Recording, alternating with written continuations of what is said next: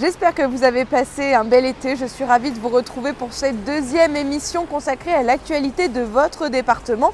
Bienvenue dans Loire Magazine.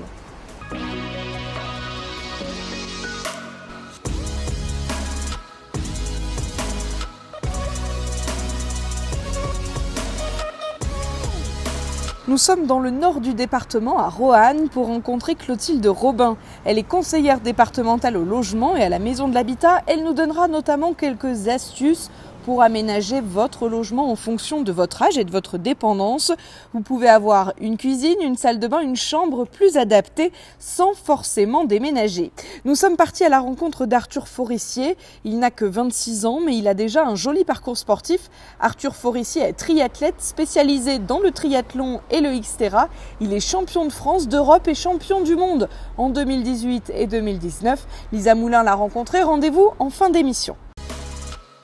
Mais avant d'aller retrouver Clotilde Robin, quelques informations rapides. Connaissez-vous Initiative Loire? Cette association accompagne les futurs et les jeunes créateurs de PME.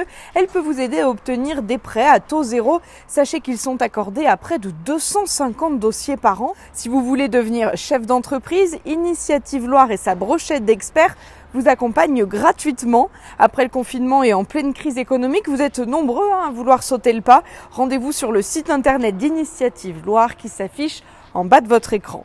Cet homme a eu une idée assez géniale pour valoriser et aider le milieu culturel.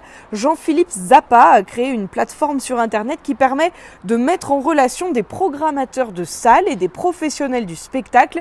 Elle propose l'hébergement de vidéos et des services comme la rédaction de dossiers de presse.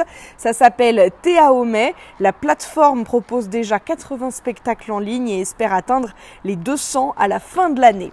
Et comme chaque année, le département de la Loire sera présent à la foire de Saint-Étienne. Ça se passe du 25 septembre au 5 octobre dans un parc expo flambant neuf à Saint-Étienne. Covid-19 oblige, le stand du département a dû être réadapté cette année. Vous pourrez néanmoins découvrir deux choses, un appartement témoin sur le thème de l'autonomie et puis à l'extérieur du chapiteau, vous pourrez tester des vélos à assistance électrique. Des professionnels seront là pour vous conseiller et vous rappeler les règles à respecter sur la route.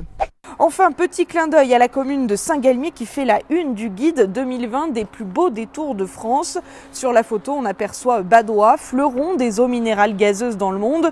Le guide est diffusé à 200 000 exemplaires. Il présente 100 villes sélectionnées pour leur attrait touristique et patrimonial. C'est donc une belle visibilité pour Saint-Galmier. Bien vieillir chez soi, c'est une des priorités du département. Parfois, les difficultés de la vie, l'âge, le handicap obligent les Ligériens à quitter leur domicile qui n'est plus adapté. Mais la maison départementale de l'habitat et du logement peut faire en sorte que ça n'arrive pas. Elle peut vous accompagner pour vous aider à réaménager votre intérieur. Bonjour Clotilde Robin. Bonjour. Vous êtes conseillère départementale en charge de l'habitat. Alors, qu'est-ce qui peut aujourd'hui empêcher des Ligériens en perte d'autonomie de rester chez eux ? Ce qui peut empêcher des Ligériens, des habitants, c'est d'avoir un domicile qui n'est pas aménagé, qui est dangereux et qui les empêche dans leur quotidien d'avoir les gestes adéquats pour pouvoir rester chez eux en sécurité. Aujourd'hui, c'est un souhait pour la majorité d'entre eux de rester à domicile ? Oui, la volonté des gens qui sont en vieillissement, c'est vraiment de rester chez eux. Alors, comment adapter son logement ? Est-ce que d'abord, il y a des astuces un petit peu simples comme ça à mettre en place soi-même ? Oui, il y a des astuces toutes simples qui sont déjà d'aménager le quotidien en rez-de-chaussée, d'aménager le quotidien de façon la plus simple possible, de supprimer les tapis. Les gens parfois chutent en se prenant les pieds dans le tapis, de supprimer tous les petits objets, les petites tables qui peuvent faire obstacle. Et on sait que la chute précipite les gens vers la dépendance et que parfois c'est dans des situations dramatiques qu'ils se retrouvent. Alors pour des besoins plus importants, c'est là que vous intervenez, que le département intervient, c'est ça ? Oui, le département peut être facilitateur, peut accompagner effectivement les gens dans leur démarche et l'idée c'est de vraiment faire un focus sur les maisons départementales de l'habitat qui sont là pour accompagner les gens. Donc c'est-à-dire que si on a besoin, on se rend à la maison départementale de l'habitat Et là, qu'est-ce qu'on peut trouver alors concrètement? Si on a besoin, on peut téléphoner à la maison départementale de l'habitat parce qu'il y a des gens qui ne peuvent pas se déplacer et le service est très très optimal même par téléphone. Ou alors on se rend aux 3 maisons départementales de l'habitat que nous avons dans la Loire. L'une se trouve à Montbrison, l'autre se trouve à Roanne et la 3e est à Saint-Étienne. Et justement, nous avons rencontré une habitante de Bourg-Argental. Elle a 70 ans et elle a des difficultés à marcher. Et bien grâce à la maison de l'habitat, elle a pu réaliser quelques aménagements comme par exemple un monte-escalier. Regardez. Bienvenue dans cette ancienne maison en pierre à l'architecture assez particulière.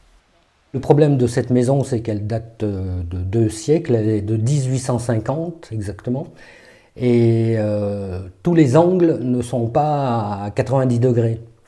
C'était là le problème du fabricant. La femme de Robert se déplace difficilement. Impossible pour elle de gravir ces 2 étages d'escalier. Alors, au lieu de déménager, le couple a fait appel à la maison départementale de l'habitat et du logement. Dans cette maison, on vient de voir l'installation d'un monte-escalier, puisqu'on a une maison qui est très particulière avec beaucoup d'étages et un escalier très important. Le département en fait, a mis en place un dispositif qui permet d'accompagner les personnes à faire des travaux d'adaptation dans leur logement. Grâce à un technicien, la rampe a ainsi pu être adaptée à la singularité de cet escalier, un confort qui va même au-delà du simple aspect technique. Ce qu'il y a de bien dans cet escalier aussi, c'est que ça lui donne la volonté et la force de vouloir sortir de la maison un petit peu, ce qui lui fait du bien à son comportement, à sa tête, à son envie de se bagarrer contre cette maladie. Un instrument comme celui-ci coûte environ 20 000 €. Ici, il a été financé à 50% par les aides. Comme chaque cas est spécifique, il vaut mieux appeler la maison de l'habitat et avoir une réponse adaptée. Rendez-vous donc dans l'une des 3 maisons de l'habitat et du logement, à Roanne, Montbrison ou Saint-Étienne. On vient de voir donc cet exemple. Bénéficier de réaménagement, est-ce que c'est accessible à tous financièrement ? C'est accessible selon les conditions de chacun.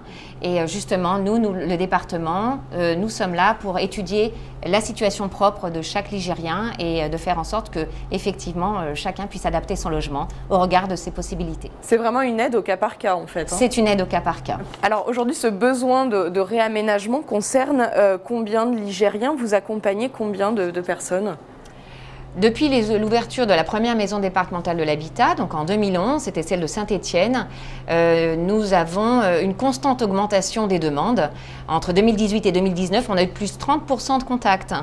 Donc c'est à peu près 30 000 à 31 000 contacts par an qui se font au sein de la maison départementale de l'habitat. Ça signifie quoi cette évolution finalement, que les Ligériens veulent vraiment rester chez eux le plus longtemps possible ? Ça signifie 2 choses. D'abord qu'on fait une communication qui est efficace, que les Ligériens entendent aussi les services que nous proposons. Et puis, ça peut signifier effectivement que les gens sont sensibles. Et nous, le message qu'on essaie de faire passer, c'est de travailler en amont de la dépendance, c'est de travailler dans la prévention et de faire en sorte que les gens aménagent leur domicile avant d'arriver sur cette phase critique et de risquer de ne pas pouvoir rester chez eux parce qu'ils n'ont pas anticipé. Voilà, donc c'est vrai que c'est quelque chose qui petit à petit rentre dans l'esprit des gens. Alors pour finir, Clotilde Robin, la maison de l'habitat ne concerne pas que ce besoin de réaménagement pour les personnes en perte d'autonomie. Quelles sont les 4 grandes missions des maisons de l'habitat ? Oui, au sein des maisons départementales de l'habitat, donc effectivement, vous pouvez retrouver 4 grandes thématiques. La première, elle est assurée par l'ADIL, l'Agence départementale d'information sur le logement, qui, grâce aux juristes qui la composent, informe les Ligériens de façon gratuite et anonyme sur toutes les problématiques, les thématiques juridiques.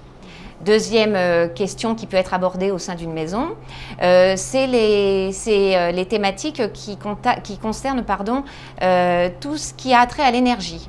Ça, c'est l'ALEC 42 qui s'en charge, sur des problématiques de chauffage, sur des problématiques, on essaye de faire tomber le kilowattheure, comme on dit. Troisième chose, ce sont les architectes conseils qui sont financés par le département et là, qui peuvent accueillir également soit les particuliers, soit les collectivités sur du conseil, sur un premier abord, une première approche sur un projet. Et puis, il y a également des permanences de Solia qui permettent du montage de dossiers, là pour aller plutôt chercher des financements, aider à faire un diagnostic comme nous l'avons vu tout à l'heure dans le reportage. Et on pourra découvrir des exemples d'aménagement sur le stand de la foire de Saint-Étienne. Je rappelle que tous les ans, le département est présent sur cette foire. Merci beaucoup Clotilde Robin. Merci à vous. À 26 ans, Arthur Forissier a déjà un joli parcours sportif. Il a été champion de France, champion d'Europe et aussi champion du monde de triathlon. Ce Stéphanois a accepté qu'on suive une de ses séances d'entraînement. Lisa Moulin l'a rencontré. Je m'appelle Arthur Forissier, j'ai 26 ans, je fais du triathlon au club de Saint-Étienne. Je suis spécialiste en cross triathlon, moi la discipline outdoor du triathlon, où on enchaîne donc 1,5 km de natation, une quarantaine de kilomètres en VTT et une dizaine de kilomètres de course à pied en trail. Souvent les gens se moquent en disant que ceux qui font du triathlon, c'est ceux qui sont mauvais dans 3 disciplines au lieu d'être bons dans une. Mais la réalité, c'est que les meilleurs triathlètes, ils sont vraiment bons dans les 3 disciplines. J'ai beau être champion du monde, j'ai fait un triathlon samedi dernier, j'ai fini 3e sur une épreuve à côté de Bordeaux.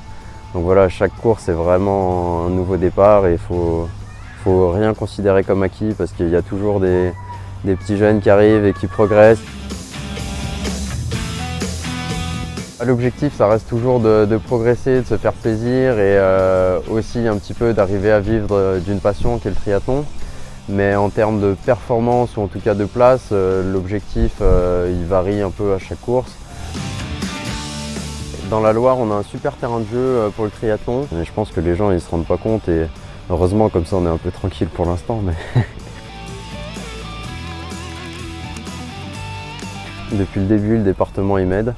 Il nous aide de diverses manières, mais la principale au début c'était des aides financières parce que le triathlon est quand même un sport qui coûte cher, où il faut s'équiper en vélo, il faut payer des entrées piscine, sans parler des déplacements et de tout ça. Et là, j'ai eu la chance d'intégrer le département, la team du département de la Loire, qui est une team sport nature.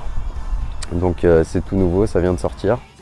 Et voilà, donc on est quelques passionnés autour du sport outdoor en général et j'espère que ça va être une belle aventure.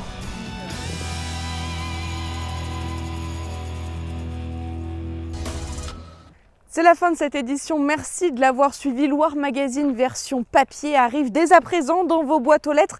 Merci de votre fidélité.